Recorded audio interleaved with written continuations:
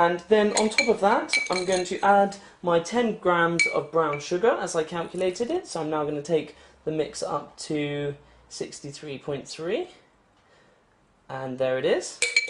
And next, we're going to mix it all up. And as I said previously, I do sell mixers on my website, and they are definitely a very, very, very worthwhile investment. If you're working with something very crystalline and it's in big chunks, then the best thing to do would be to use a mortar and pestle to reduce it down to smaller granules like sugar. Or if you don't have access to a mortar and pestle, or if you're going to be doing it on a very large scale, then I am also able to get hold of granulators. If you just go to the contact us section of our webpage and let us know what you require, we'll get back to you as soon as possible. Now that that's all mixed up, we will move back over to the press and we will tablet up these 100 tablets.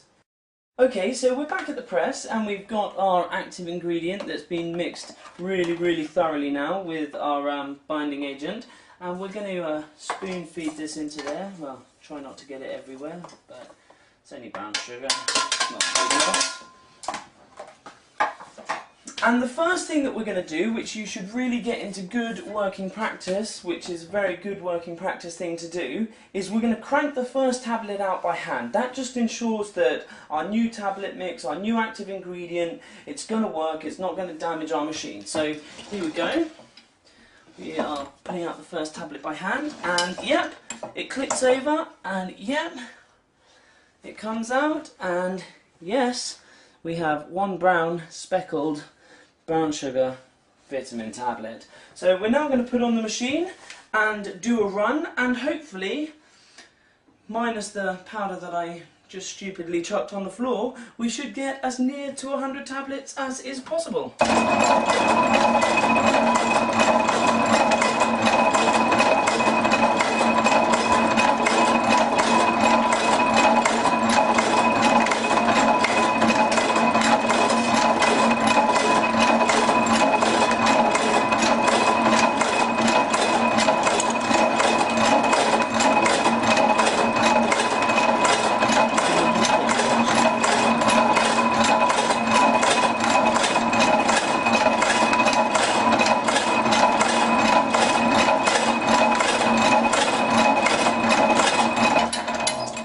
And we're going to count them up and we're going to see how close we got.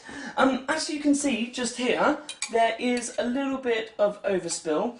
What I tend to do is I tend to set up a tinfoil tray around the base of the press. I calculate that spill to be between 5 and 10%. If you're doing a big run, obviously, use a painter's brush, a dry paint brush, to scoop it onto the tin foil around the base of your press, and then just pop it back in at the chute, back in on the chute, and then you can reduce your loss down to about 1%, maybe 0.5% on a really big run. So you're really not losing a lot. It's not a lot to be worried about. So we're back at the table, and I've lined them up into rows of 10, except for this 10, which you can see is 4 short. So we got 96 tablets out of our mix that was meant to create 100, which is fantastic. I'm pretty happy with that kind of accuracy. It's just 4% out, and as you saw when I was filling the machine, I did actually spill a little bit, so I'm not too disappointed in that at all. And if I pop on the scales, hopefully, and take any one of these random tablets, it should weigh about 0.6. So 0.7, but these are only single digit scales. I mean, if we put 10 on there, 10 random ones, what are we going to get? Hopefully we're going to get about 6 grams, which would work out perfect.